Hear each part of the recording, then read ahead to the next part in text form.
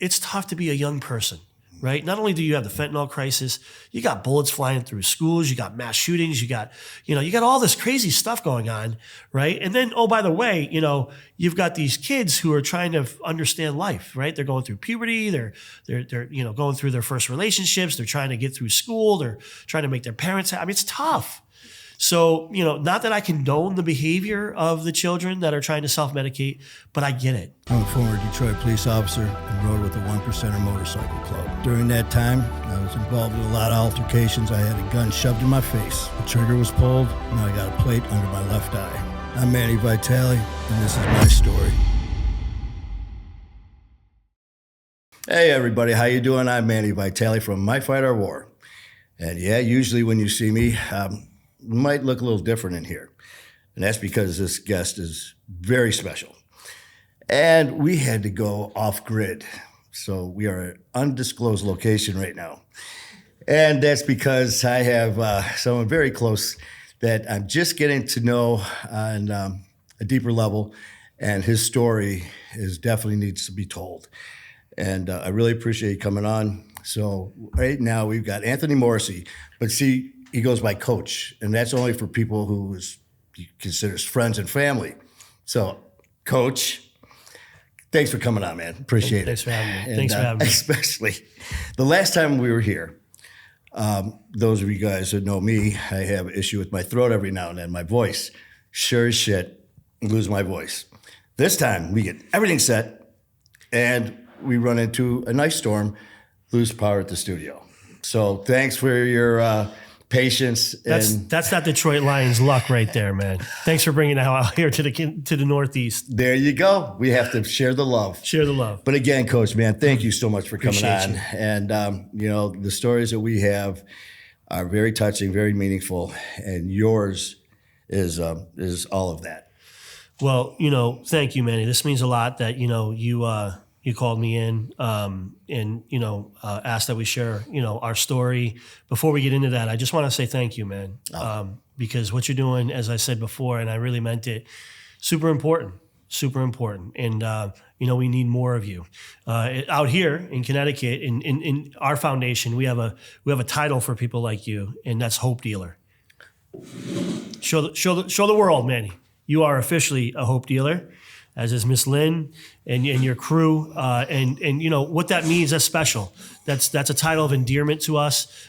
We hold that at a very high regard because a hope dealer is somebody who has kind of been through their fight and brought their fight back to our war. So the name of your, of your mission really resonates with me, and I think it plays well into the hope dealer thing because that's what you are. You're somebody who is stepping out of the shadows and talking about what happened in your world, right? And then more importantly, you're inviting others in to share their story.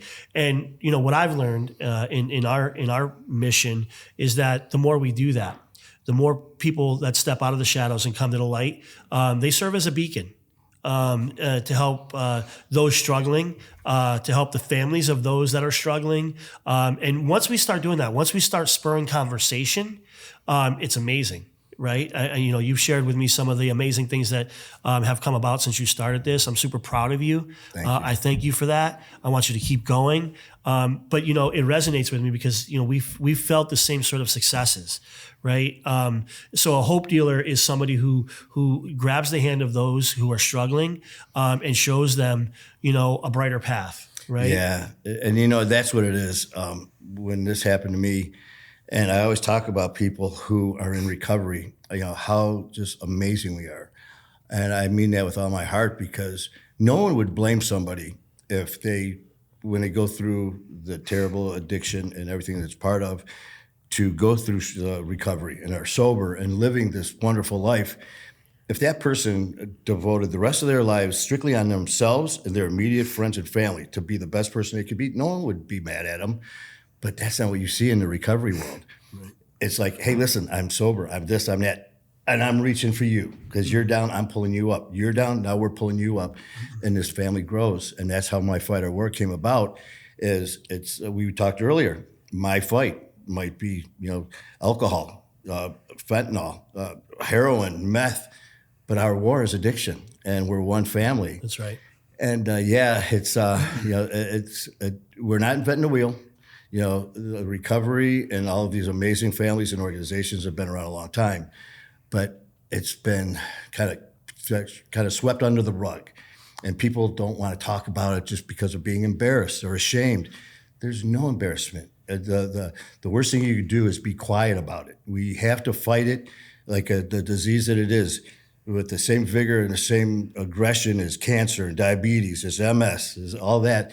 You got to throw addiction in there, and that's how I feel about it. I'm with you, and like Lynn, I'm a U.S. Army veteran, and what amazed me when I started to get into this mission is lots of different things, but some things that really stood out. Number one were that we have lost more people to the overdose epidemic than we've lost in Afghanistan, Vietnam, and Iraq combined. That's insane. Right? Literally a war. This epidemic has taken more American lives than all three of those wars combined, and somehow, we haven't thrown all of America's force and might behind it. But that's changing because of what you're doing, because the work that Skylar Ray is doing, Kalichi, all of our brothers and sisters in this fight. That is the alliance. That is the army, if you will, that is bringing the fight to this. And I'm proud to tell you, if you didn't know already, that we're seeing results. This last year was the first year in over a decade where the trend line is going down. Now, I'm not taking a victory lap, because we got a long way to go. The numbers are still way too high. But what we're starting to see is that because people are coming out of the shadows, because Manny is doing his podcast, because Skylar Ray is doing his music, because Kalichi is collabing with you and with them, and and Woe and those guys and all those people that I haven't even met yet, right? That collaborative force is forcing this this decline in the overdose epidemic. So if you want to get motivated, if you want to like get energized, look at that, right? Talk to Manny, talk to Skylar, talk to those in your community that are in this fight. And if that doesn't motivate you, I don't know what will. Yeah, and that's just it. And the thing is you nailed it. You got to talk about it. If there's a problem, you put the ego aside. Put the ego aside. You know what? Take that first step. You got to take the first one before you take the second one. Yeah. And I always say that when you look in the mirror in the past, I hear people say how disgusted, disappointed they are. I felt the same. I was there. I've been there, man. But now it's okay to look in that mirror and say, you know what? Look at that hero. Look at that champion. But do more with it. And like all of us, and a big shout out to Skylar Ray and all those that you just mentioned with Kalichi, Matt Keegan, all of them, Benjamin Lerner. And but this is about you. And with your amazing family, first of all, with you and Tracy and your amazing kids, Mimi, sorry, Tracy, what you've done with your family and the tragedy that happened, but to stand up and take on this fight is so commendable. And for me to be part of this, it's an honor and a privilege for me. And you're stuck with me now. You've got me as family now. As Skylar would say, these two old guys. Yeah. So we'll handle his ass right? when he gets here. But seriously, so this whole thing is about the Brian Cody Brothers and Sisters Foundation. Thank you. So let's just start with that. I mean, let's hear about exactly how this all came about. Well, thank you. So I have a story that's not really that unique, unfortunately. I am just your average American dad that has been kind of caught up in some of the cultural things going on in America. To kind of start at the very beginning, my name is Coach Tony. I am a U.S. Army veteran. I am the co-founder of Brian Cody's Brothers and Sisters Foundation. We're a 501c3 nonprofit organized here in Connecticut. We established shortly after losing my beloved boy, our beloved son, Brian Cody, in August of 2019. It was an event that changed our life forever, and something that we have determined that we need to kind of take a stand and kind of, make a plea to the rest of the world that, what happened in our son's case was not because of some, junkie, right? My son's life mattered. He was a good boy. He was a beautiful boy. He was 20 years old. He had a daughter at the time, 2-year-old daughter. Her name is Aubrey. Beautiful little girl. He loved her to death. He had an amazing fiancée, Michaela, who's a wonderful, our bonus daughter. He was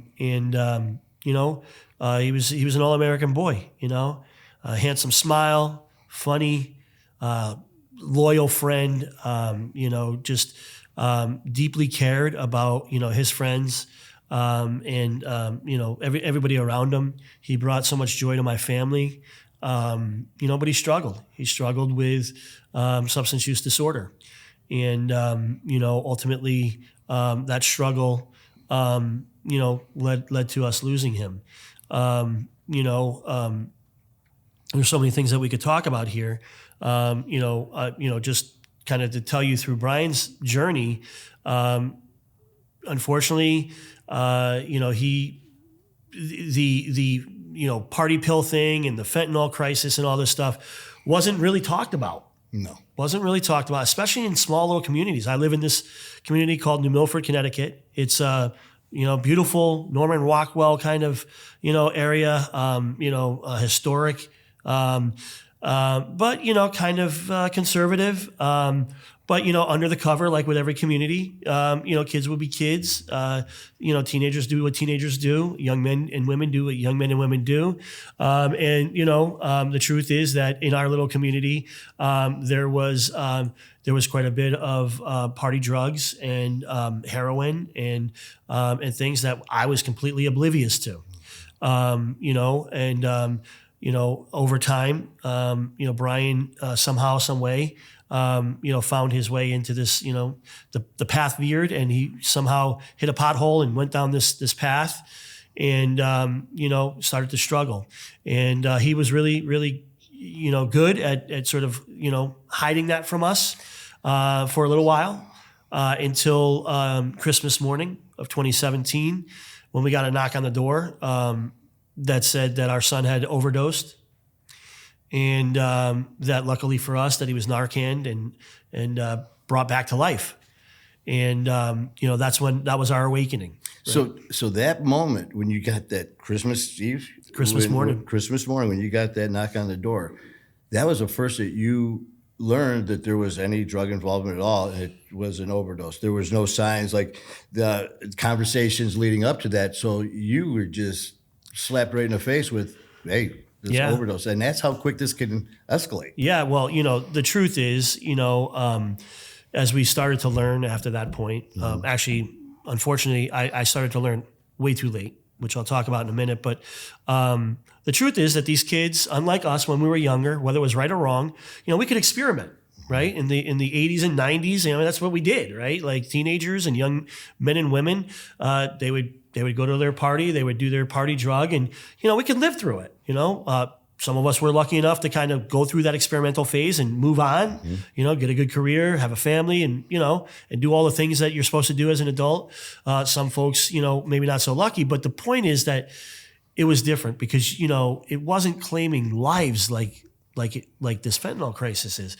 And the other thing is when we were younger, you go to a party and, you would get what you asked for. If you wanted marijuana, you would buy a bag. If you wanted cocaine, you would get a bump or whatever, If you wanted LSD, you'd get a little tab, right? But that changed.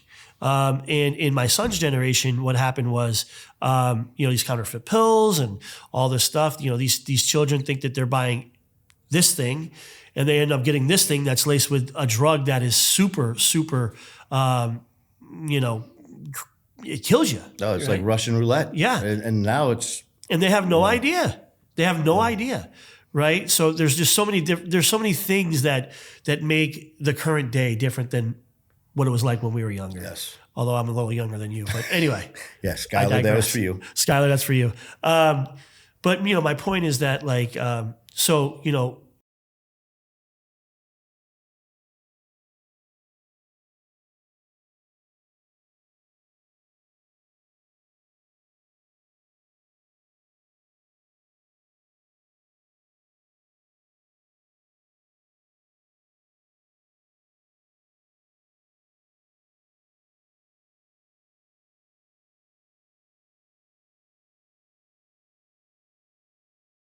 you can understand, all the pressures, the same pressures that we had, but the consequences are so much worse now.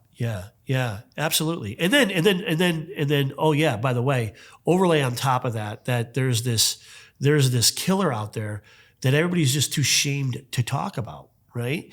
I had no idea. That in the years before we lost my son, that fentanyl had killed up about 10 people per year in my little old town in Milford, Connecticut. You're talking about a town that's got less than 100,000 people, right? And that's just insane. Like we were talking about earlier about how it's happening all around. Well, how do I not know? Because no one talks about it. Right. Because the families, well, we don't want them to know next door that we're not the perfect family, so you hide it. By hiding it, that's what's making that next family next to you grieve just like you are. Yeah. So you're not protecting yourself or your family. Yeah. In fact, you're hurting the next one. You are. And that's why I commend you, the Hope Dealer thing. Oh. But, so after this incident on Christmas Day, my wife and I were like, we were thankful. We were thankful that we had our son. He made a big mistake, but we literally brought him back to life. They thankful to the first responders. They brought him back to life, and we were pretty sure that definitely learned his lesson, right? Sure. This is done. He almost died. We brought the weight of that situation to him. We explained, that hey man, you got a kid, you got so much to live for, right? And I thought we were just going to love him through this, right? And kind of show him that you made a mistake, but God gave you a second chance. Here we go. Let's make the most of it. And we thought that, love and traditional dad, my way or the highway kind of approach to it would certainly, shape him up. It didn't. No. And, over the next 2 years, Brian really struggled. He was, relapse is part of recovery. So, every time that he was on a good path, there'd be some incident, some trigger moment, that, would force him to relapse. So fast forward to 2019, he was in a rehab, an inpatient facility, his second one. He was really trying, he was really advocating for himself. He was really trying to, figure this thing out. Right. And he was doing this really self-directed. I wasn't forcing him. He was making the calls. He was finding the beds, which is impossible. And, so he found his way to this inpatient program, and he was really doing well. He was, he hit it. He got into his third week. You could just tell, I've got a message on my phone that he left for me on Father's Day while he was there, and I'll never delete that. And when I hear that, every time I go back and I run it, I can hear Brian. I can hear Brian Cody, as opposed to the kid that that OD'd. Right, or the kid in those moments of struggle that was under, he was impaired. So, for the first time in a long time, we started to see Brian, hear Brian's voice again. And then a couple days later, he called and he was crying and he's like, "They're kicking me out." And I was like, "Why? What'd you do? How did you screw this up?" And he's like, No, I didn't do anything. I've done everything they've asked, It's just the insurance won't pay anymore. And I was like, "What do you mean? I have the best insurance in the world. I work for the Walt Disney Company. It's a great company. I'd pay top dollar for mine. What are you talking about? Let me talk to the people." I'm talking to the people. My wife's talking to the people. Doesn't matter. If the insurance company says that your time is done, you're out. Okay? So if we've got enemies in this battle, it's the insurance company is one of them. Okay? Set that aside for a minute. So they booted him out. They booted him out in spite of him begging, literally begging, crying, asking, pleading for additional time. In spite of me and my wife calling, trying to advocate for him, in spite of me making numerous calls to the insurance company and, this and that and the other, you didn't sign this form and you should have taken that plan and, I don't want to hear it, right? Anyway, he unfortunately got, expelled from the program. He was determined that he was going to, come out, start doing IOP, intensive outpatient treatments, and he was going. But the truth is that, you don't fix addiction with a 3-week inpatient stay. This is not a broken bone, right? You can't just put a cast on it or a Band-Aid and say, "Okay, you're good now, go back to life." It's not how it works. even with the intensive outpatient programming, which is basically you go to a group, a couple times a week, and and maybe you have some MAT, or whatever, in spite of those programs, the truth is that, you need time. You need time in a safe environment, and all these important other things that can get you supported, so that you can slowly build up to the point in which you can put the backpack of life back on. Yes. Right? Which is that heavy bag that we all carry around with the weight of the world, right? Well, in order to do recovery properly, you got to be able to take that backpack off, set it over there, and work on you. And unfortunately, these insurance companies are disgusting, and they don't give the people enough time to get to that point, right? But a couple weeks after that moment, I brought my family on vacation, and we had a great time. And a couple days after we returned home from vacation, Brian Cody, had a tough day. He had got a job. He was doing well. He actually took an opportunity with a day labor position. He worked a 1-day labor position into a 2-week trial period. Ended up working that into a full-time offer for a local logistics company. And so he was doing on the surface, he was doing all the things, right? On the surface.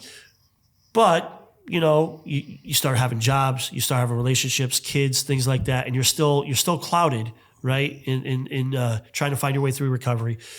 On August 9th, 2019, Friday, Brian had a series of trigger events that led to him making some terrible decisions. That he probably, if he was here right now, he would tell you that he was making bad decisions.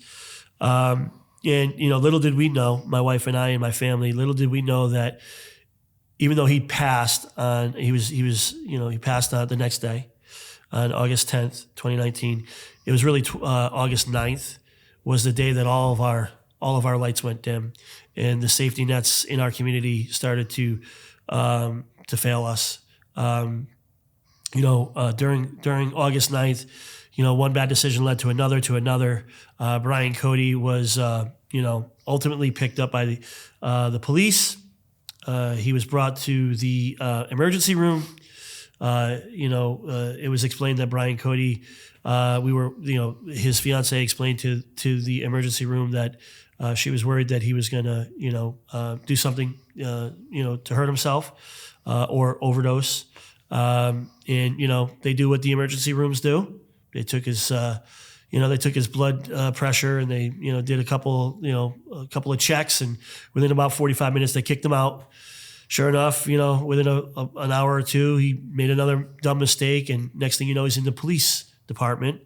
And, and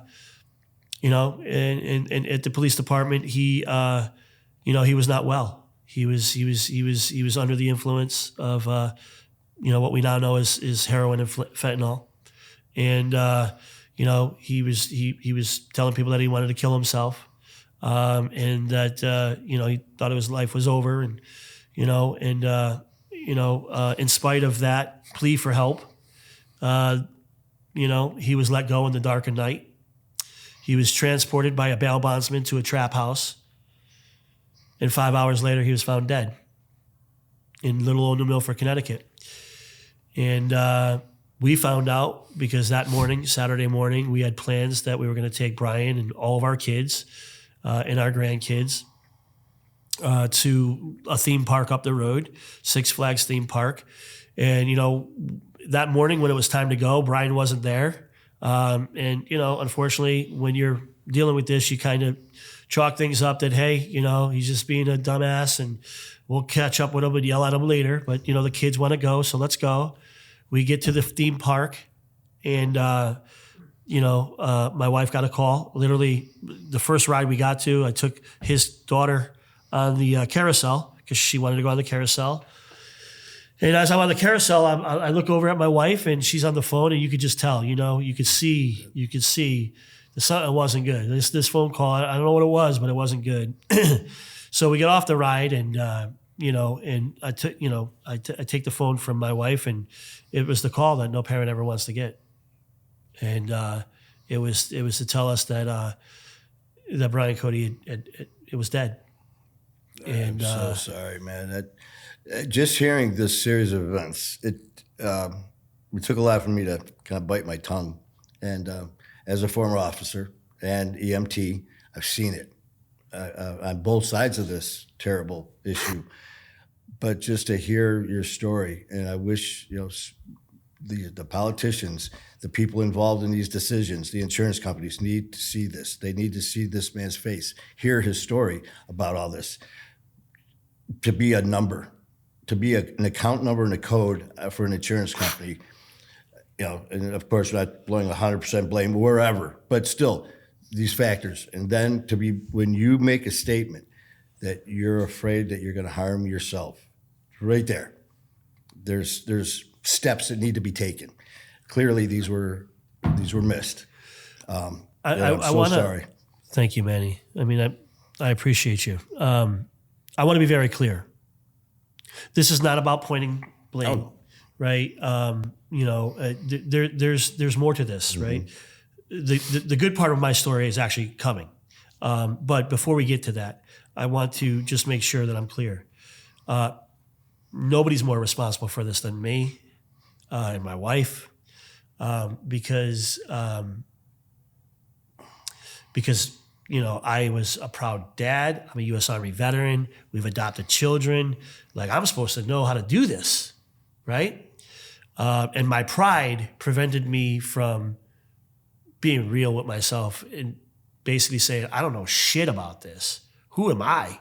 I need to find help. I need to learn. I need to get curious. I need to so nobody's more to blame than me, because ultimately, as the dad, it's my job to protect these kids, to teach them, to coach them, to pick them up. And unfortunately, I fell back into, traditional dad thinking, right? And so, from that moment in that Christmas morning to August 10th, 2019, I was all about my way or the highway. You're going to shape up or you're going to ship out. You're going to, abstinence. And, this is a behavioral problem. It's behavior. You're going to change your behavior. I had no idea that this was actually this was a disease. I had no idea. That there were actually programs out there. I had no idea what MAT was. I had no idea that there were sober houses. I had no idea about people like Rick Del Valle, who have a network of amazing sober homes in New Haven. Had I known that, I could have gone to my son with a plan.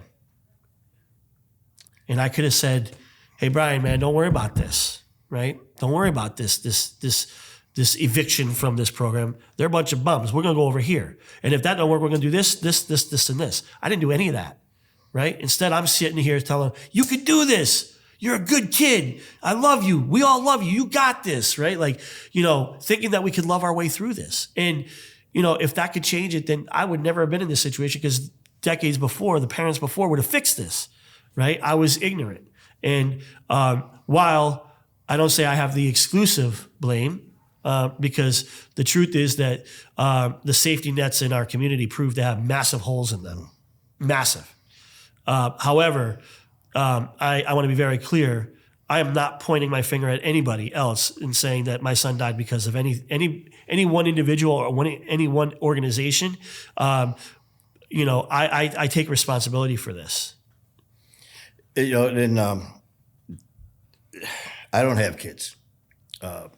I can't even imagine. You hear it. There's a parent should never bury their child, and the pain. I've got nieces, nephews, family, friends of people that I've seen grow up that I've lost, but still not my child. So again, I can feel it and see it, the pain. The one thing I gotta throw into this is about the blame is I have a lot of families that I deal with, and they're always just like you, but myself, and this is just coming, I'm just speaking for myself, not for you or anyone else, but me as I'm the one that picked up that bottle. I'm the one that did that drug. So for me, myself, until I owned it, it owned me. And, it's it's a thing that I get what you're talking about, because as we were talking with our generation, that's how it was, because we didn't know any better. Just stop. Yeah. It's a behavior Well, thing. if it was that, I had someone tell me that doing this. It's like, man, what are you doing all this stuff? Just stop doing it. I'm like, shit. I forgot. You know what? Right. Everyone, just stop. Okay, we don't need my fighter anymore. We don't need Brian Cody. Just stop. And it's just these choices that we make. Yeah. And it's not that easy. And it is a disease, like we said. And, it's these choices, but you nailed it too. One thing I want to do with My Fight or War is we need to educate before it happens. Right. Hearing about this and this, it's going to be great for someone else, but not great for you, for me, for everything else that's happened.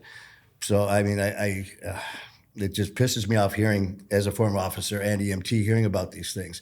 What, as far as going forward, I mean, what haven't you done? You and your family, you and Mimi, and just what you have done for Brian and for this community and for the world. This isn't just a city, local. I mean, you guys are everywhere. What's going forward here? What else is going on? So, on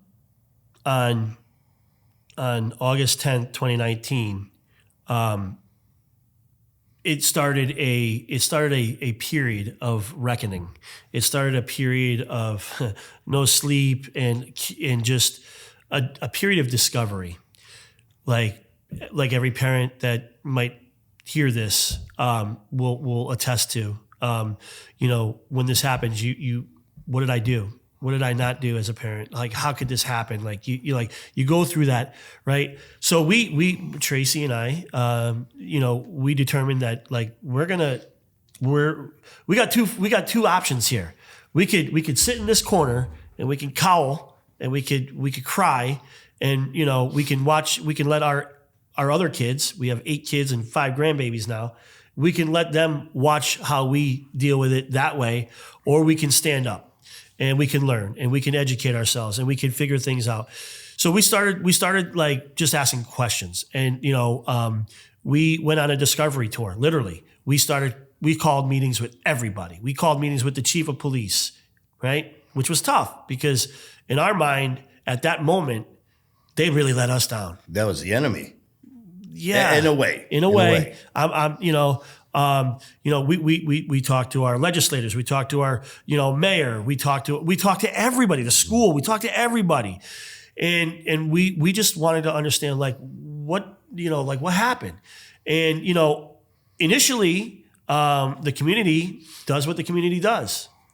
Man, it's because the mom's a terrible mom. She must be terrible. This kid, drug addict, it's the parents are bad, right? It's bad family, Bad values. right? Bad values. They're just a bad family, right? The mom didn't do what she was supposed to do. The dad didn't, discipline them and and what we found going through this discovery period was that, oh, wait a second, there was 12 of his friends in this little community that also died of the same thing.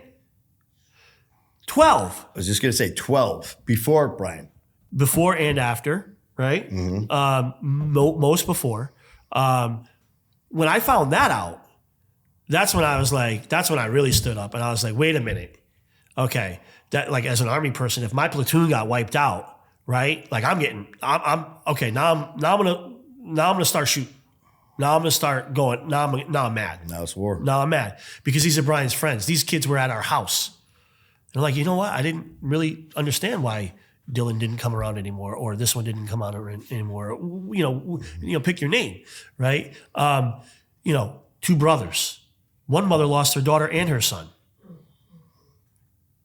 In this little town, this is a little town.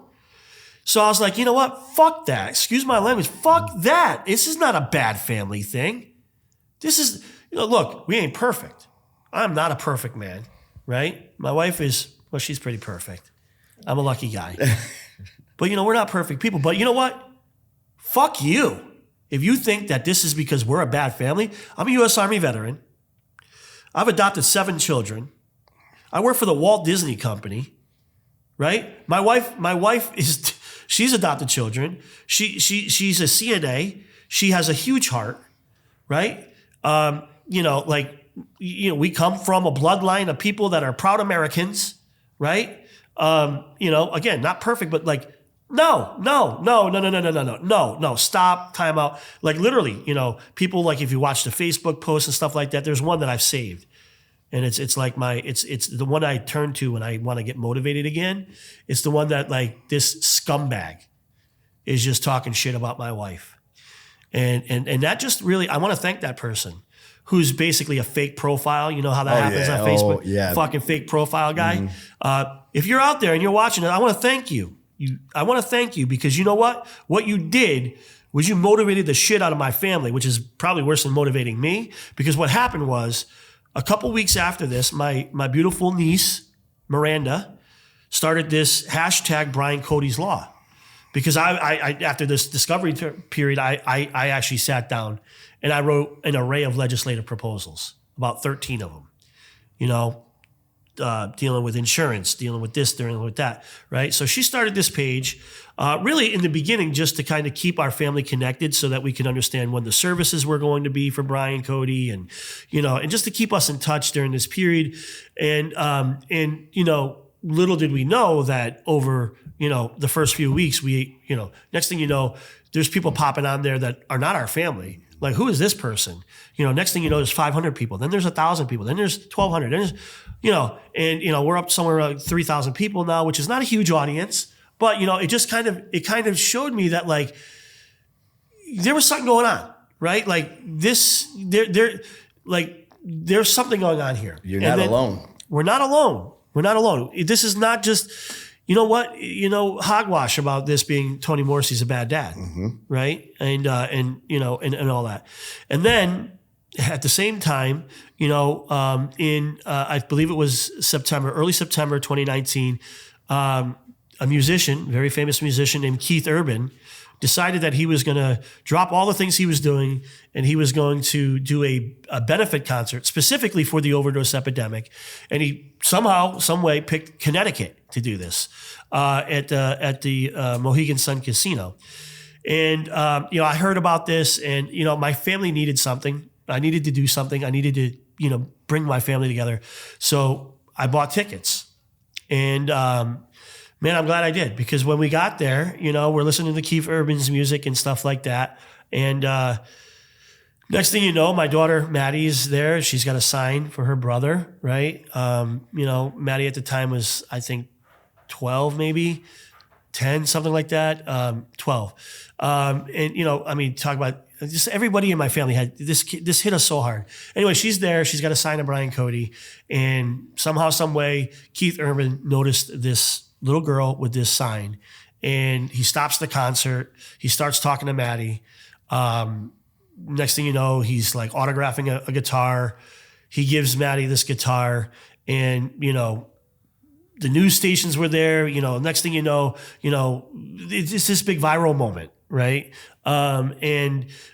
So between the foundation page starting to gain momentum and this, this moment of opportunity with Mr. Urban. Thank you again, Mr. Urban, for what you did, that night. It basically set off a chain of events that gave us a platform. A couple weeks after this concert, we were interviewed by a couple local news stations. We were interviewed by some local radio stations, and that's when we were like, you know what? God is telling us something. I'm not a Bible thumper, but I do believe that there's something larger at play here. And, so we basically, we determined that we were going to seize this opportunity to really make a go of this. So we formally established our 501c3 and started to put some programs in place. That was literally in the moments after we lost Brian Cody. Some of the programs included a recovery festival. So at the end of August, right around International Overdose Awareness Day, every year since we lost Brian, we host, we take over the town of New Milford, Connecticut, the town green, and we basically do a recovery festival. It's a weekend full of events, but particularly on this particular day, we do a 5K in the morning. I'm super proud of that. Miss Donna is our 5K captain. She's done a great job with it. Hundreds of people come and participate. And then after that's done, up on the town green, we've got an assortment of musicians playing live music all day. We've got guest speakers. We've got vendors and crafters, and we've got food trucks, and we've got a whole area for kids. I call it the Kid Zone, with bouncy jumpies and magicians and balloon twisters, and it's all free. Every part of it is free. And the reason why we do that is because of what we started with here today, right? That day, number one, allows kids like my granddaughters to run around, have fun, smile, and enjoy life while the families connect and have conversations. And, we do Narcan training, we do Narcan handouts. So the whole day is basically like, I don't give a shit if you don't like talking about it, because that's what we're doing here all day. You don't like it? You know what? Change your mind. Come down, talk to us. Yep. You're going to love us when you get done talking to us. Like, I'm not going to tell you don't like it, stay away. No, I'm telling you, come in spite of you not liking what we're talking about, because it will change your world. It will change your world. You will see that this happens to you, not just to families like me. This is not a Toni Morrissey problem, right? This is a American family epidemic. And if you think for 1 minute that your family is not going to get caught, you're wrong, because your kid is probably going to be in a scene, and either them or their friends are going to get offered something that they think is something and it's something else. And, or they're going to get prescribed something from a doctor. They're going to get addicted. Like, there's a million different ways to fall into this funnel. And if you think that you're not, you're immune to this, then that's just ignorance. So you might as well come down and have a conversation and learn about it. Without a doubt. Right. And then there's these other programs. We have a Youth Hero Scholarship program. And thank you so much for putting that PSA out for us last week. It's something we're very proud of. For the last 5 years, we've awarded about 50 scholarships to high school seniors, not just in my town, but across Connecticut, New York, Rhode Island, to kids who have been impacted, right? Because, what's not talked about, what is talked about a lot is the number of deaths. That's what I started with, right? Sure. We've lost more Americans than in these 3 wars. But what's not talked about is the number of kids that don't have a mom and a dad. Think about that. For every one person, what the ripple effect is with that person, right? The mom, the dad, the sister, the brother. I've got a little girl, my youngest daughter, all my kids, they've been devastated. They lost one of their best friends, right? What are we doing for them? How are we helping them, right? Just get over it? Your brother was a junkie, so it didn't matter? No, we have to show compassion to the whole family. This is a family thing, right? And then and like I was saying, like for every one person who's passed away, there's a number of people, and a lot of these people have children who have been impacted. So our foundation, and I'm so grateful and thankful for our foundation, which is really just a network of grieving families that have gone through my scenario or situation, and or people who are in recovery. That say, hey man, listen, I wish I knew about a foundation like yours when I was struggling. I don't know how I found my way, but here I am, and somehow I got connected with you, so I want to help you out, right? So we've got this network of amazing people that help us do the Youth Hero Scholarship, the Recovery Festival. Miss Lynn came down to our children's holiday party in December when you blew me off last time. Yeah, this guy. Yeah. The old guy couldn't find my way. Yeah, no. And so at that children's holiday party, right, 4 years in a row, these children come down. There's arts and crafts and all kinds of fun games, and and Santa Claus comes and they all get a gift, right? We're just trying to bring events to the community that connect people and that spur a conversation. Because once the conversation starts, now I can tell you about all the things that I've learned. Right? Yes. And that's the greatest thing that's happened to me out of this whole process, is that I've learned. So now, even though it's too late for my son, right? Now I can help, the mom and dad that are watching this right now, I can help you establish your plan. I can tell you what I didn't do and what I would recommend that you do. And what I tell people all the time is that the hardest truth is that we can't do it for them. We can't force them to do it. We can't lock them into a program, but your obligation as a parent, and what I should have done, was have a plan ready, right? And they might not want it. You can't force it on them. But when they're ready, you got your plan, you're good to go. And when you have a plan, now you have hope. Now you have an opportunity for recovery, and recovery is indeed beautiful. It is possible. I've seen it. In the 5 years since, going on 6 years since we lost Brian Cody, we have directly connected people with these service providers that I've learned about since losing Brian, and literally hundreds. One of the people I want you to talk to, his name is Rick Del Valle. He's a hope dealer. He's an angel. He's a man in long-term recovery. He's got a network of sober houses up in New Haven. And I've brought hundreds of people to his program and others in our area. And those people are now thriving in recovery, right? They went from literally people like Brother Sean, right? Who I also want you to talk to. I literally went into the woods and I grabbed him out of the woods in the freezing cold rain. And I brought him up to Rick's place. And that was the start 5 years ago of his recovery path. He is now married, taking care of a kid, doing the job thing. Recovery is possible, right? The complicated part is, number one, you got to be able to talk about it. Number two, you got to have a plan. You got to be humble enough to know that you don't know what you don't know. And once you get past that barrier, you'll see that recovery is indeed possible. Oh, and it is. And one thing that I found is, this is one time, be that squeaky wheel. This is that time, rock that fucking boat. One thing that I said at one interview, and OG really loved it, is I say stuff that, and I know it comes from him because these are stuff that I don't ever say. They're like, well, how do you deal with this stuff in the past? Because in the past, we know you don't do well with controversy, because in the past, I just punch you in the face. And then now it's just like, I love controversy because it brings about conversation. Yeah. You get controversy, you got conversation, you got thoughts, ideas, plans, Yep. and it all just what you just said. Yeah. So yeah, is it going to be easy to talk about? No, it's going to be a lot easier than planning a funeral. Well, I think had I known in June of 2019 that there was 12 other families in my community, that were going through something similar, there would have been an opportunity to be like, hey, what are you doing? What do you like? What programs do you know of? What right? Like, there would have been a community. The conversation. Right, the conversation. And we've got to have some compassion, right? Like I refuse to accept that my son's life didn't matter because he was a junkie. My son was a good man. He was a good father. He loved his children. He was a beautiful boy. He was an all-American kid. He was not worthless. He was not a worthless junkie. His life mattered. And the thing is, too, is you just nailed it. You cannot sit there and classify who they are, what it goes. Addiction doesn't care what color you are, what race you are, what sex you are, what political beliefs you have, what religion you believe in. Addiction will kill all of us if you let it. Addiction is only a word. Remember that.